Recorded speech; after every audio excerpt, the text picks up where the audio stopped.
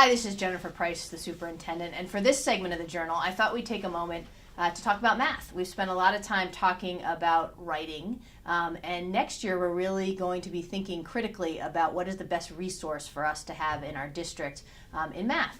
And as you may know, one of our strategic objectives is to create a consistent and rigorous curriculum across our schools.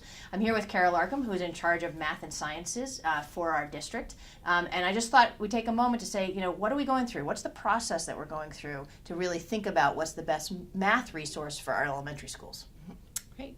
So we started first looking at the curriculum, and again, that alignment is so important. So we spent some time this summer with teachers from grades K all the way up and through 12th grade, really aligning the expectations at each grade level, and now have been looking at the elementary math resources. So we have different teachers testing out different materials to see what might be best, and we're collecting some data from them to see their feelings on them. We have a lot of pros and cons on the different resources that are out there and are starting to sift through. We've also looked into different districts that are using these two programs that we've kind of narrowed down the choices to. One of them is Go Math, which is an updated version of the HMH math, Houghton Mifflin math, that has been in the district for I think about 10 years. The other is Eureka Math in Engage, New York. And we've been talking to different districts that are using those two programs and really getting their feedback. And both have been, we've gotten some really good feedback from different districts, lots of positives, and also talking to them about the challenges of incorporating either one into the curriculum plan. So, for a lot of people who are watching this, math is math, right? But really, math instruction has changed pretty significantly in the last 10 or 15 years. So can you talk a little bit about what are the significant changes in, especially at the elementary level, teaching kids math? It is. I think many of us learned, here's the algebraic equation, here's plug and solve and go, and now we're kind of looking at it in different lens.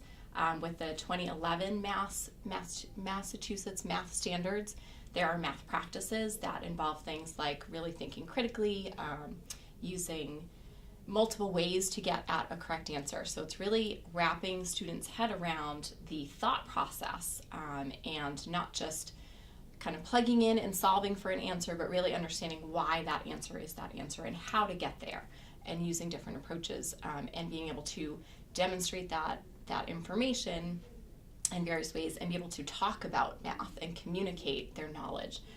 So it is a bit of a change in mindset, really trying to get students to have a really good understanding of number sense, and it's less of a memorization piece, and being able to rearrange numbers and manipulate and access that information and then apply it to real world situations, which is a big push. So those problem solving strategies. Yeah, we've always heard, so why do I need to know this? And I think one of the things that's happening in math instruction right now is really allowing kids to understand why they need to know that. And so a lot of the resources are manipulatives, different opportunities, games, real live applications. And so although it may seem crazy for some that math instruction has really changed, it really has. And the good part about that is that it very much models the work we've been doing in writing around the writer's workshop or the reader's workshop, where teachers are much more facilitators of getting kids started. It's not the teacher, the sage on the stage. It's really, here's an opportunity,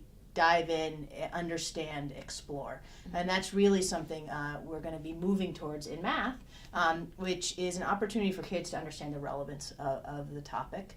And it also allows for differentiation. So kids who struggle get some support, kids who really find it comes easier, really get to kind of push their knowledge. So we're really excited about it. We should be making a decision before the end of this year, and then really have that same resource available for all elementary students. That's our plan, right? It is, yeah. As you said, shifting. We've had some teachers doing a great job of that, shifting that mindset of that math workshop model and giving all students that access to those challenging questions and thinking in another way. So that's all for us, and more to come. Thanks.